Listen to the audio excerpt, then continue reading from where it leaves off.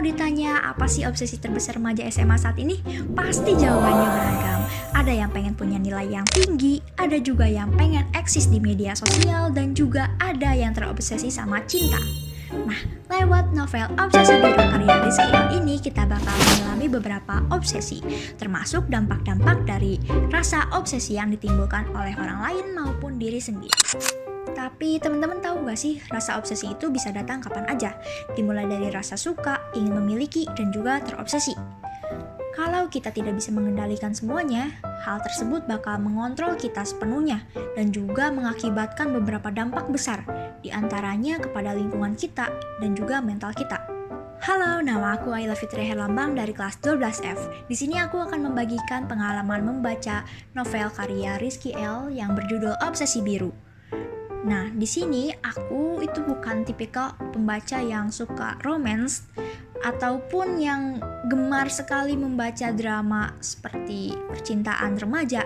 Tetapi dalam Obsesi Biru yang dikaryakan oleh Rizky L ini, aku mendapatkan beberapa pengalaman berharga seperti membangun karakter dalam pertemanan, persahabatan, dan juga semi-semi percintaan. Novel Obsesi Biru yang ditulis oleh Rizky L ini diterbitkan oleh Sheila Publisher pada tahun 2019 dengan genre romansa dan juga drama.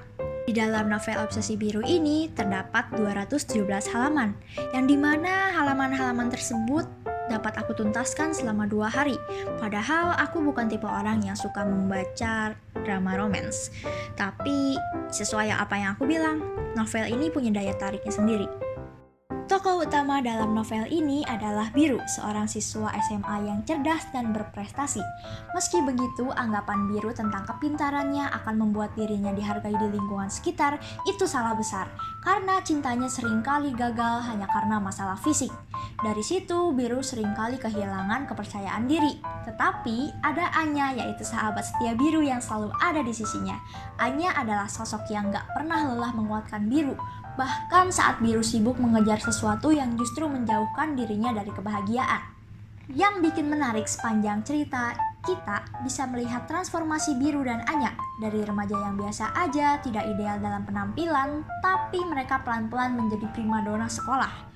Perubahan fisik, mental, sampai pencapaian yang mereka punya bikin mereka makin menonjol. Tapi ternyata karena Biru mempunyai sosok pujaan hati yang bernama Raisa, padahal sudah dimaki dan dipermalukan di depan banyak orang, Biru tetap tidak sadar kalau Anya adalah orang yang paling pantas ada di sisinya. Seringkali Biru juga mendengarkan radio di saat dia sedang berada di titik lemahnya dan mendapatkan motivasi dari sana karena percakapan yang ada di radio itu sangat relate dengannya. Ternyata diam-diam Anya menjadi penyiar radio yang sering menguatkan Biru, memberi Biru petunjuk atas masalahnya. Jadi, karena Anya tahu bahwa Biru tidak pernah mendengarkan sepenuhnya di kehidupan nyata, maka Anya memberi motivasi lewat radio. Biru hanya menganggap Anya sebagai teman sebangku, sahabat untuk berubah, dan juga teman untuk menemani di kala sepi. Nah, kalau dari aku pribadi, meskipun Biru agak pelin-pelan sebagai seorang laki-laki, justru aku suka sama karakter Biru, karena dia bukan tipe tokoh utama yang sempurna, tapi dia mau berusaha. Yang bikin aku respect dari Biru itu adalah perjuangannya yang gak sendirian.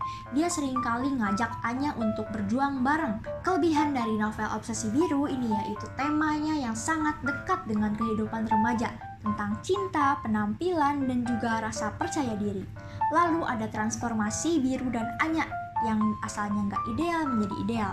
Pembaca juga pastinya akan merasa bangga ketika kita melihat perkembangan mereka.